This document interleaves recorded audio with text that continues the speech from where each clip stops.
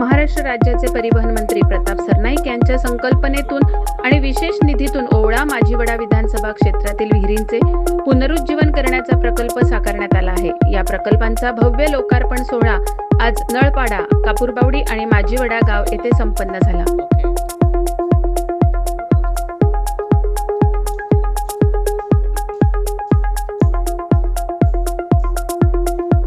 पाणी टंचाईच्या काळामध्ये याचा दिलासा मोठ्या प्रमाणात मिळाला। ओवळा माजिवडा विधानसभा मतदारसंघामध्ये मुख्यमंत्री म्हणून एकनाथ शिंदे साहेब या राज्याचं नेतृत्व करत असताना ठाणे शहरासाठी ह्या विहिरीच्या पुनरुज्जीवनासाठी त्यांनी 50 कोटी रुपयाची तरतूद केली होती आणि माझ्या विधानसभा मतदारसंघामध्ये 56 विहिरी आहेत ओवळा माजिवडामध्ये।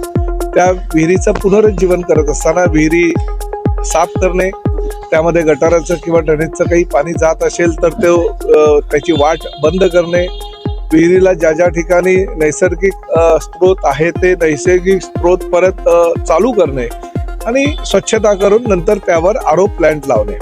अशा पद्धतीनं जवळजवळ आता एक 30 ते 32 विहिरीचं काम पूर्णावस्थेमध्ये आहे। प्रत्येक आठवड्याला 3 विहिरीचं लोकार्पण करण्याचा माझा मानस आहे आणि त्या माध्यमातून लोकमान्य नगरच्या 3 विहिरीचं पुनरुज्जीवन करून त्या लोकांपर्यंत आम्ही चालू केलेला आणि अतिशय चांगल्या प्रकारे वापर त्या उन्हाळ्याच्या दिवसामध्ये त्या विहिरींचा होतोय।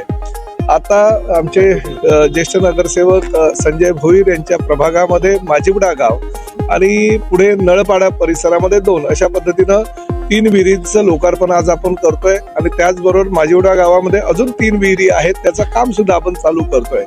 आणि हे काम करत असताना ह्या गोष्टीची आम्हाला जाणीव झाली की गेल्या महिनाभरामध्ये ज्या ज्या विहिरी आम्ही लोकांसाठी चालू केल्या त्याचा पाणी फार मोठ्या प्रमाणात वापर होतोय।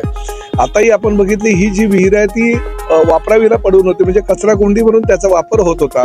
ड्रेनेजचं पाणी, गटाराचं पाणी त्या विहिरींमध्ये गेलं होतं, घाण वास पाण्याला येत होता। परंतु आज आम्ही मी ते पाणी प्यालो, म्हणजे बिस्लेरीच्या पाण्यापेक्षा म्हणजे मिनरल वॉटरपेक्षा अतिशय शुद्ध पाणी, स्वच्छ पाणी हे ह्या विहिरीच्या माध्यमातून ठाणेकरांना मिळणार आहे। म्हणजे मला आनंद ह्या गोष्टीचा आहे की एकनाथ शिंदे साहेबांनी जो निधी भविष्याचा विचार करून माझ्या मतदारसंघामधील ह्या विकास कामांना दिलेला आहे त्याचा वापर योग्य प्रकारे होतो आहे आणि महाराष्ट्रामध्ये हे पहिलं प्रकरण आहे की ह्या सगळ्या वाया गेलेल्या विहिरी किंवा कचरा कोंडी म्हणून वापर होत असलेल्या विहिरीचं नैसर्गिक स्रोत आपण चालू ठेवले आणि ते पाणी फक्त कपडे धुण्यासाठी किंवा भांडे धुण्यासाठी किंवा गाड्या धुण्यासाठी न वापरता पिण्यासाठी त्या पाण्याचा उपयोग आता होऊ शकेल।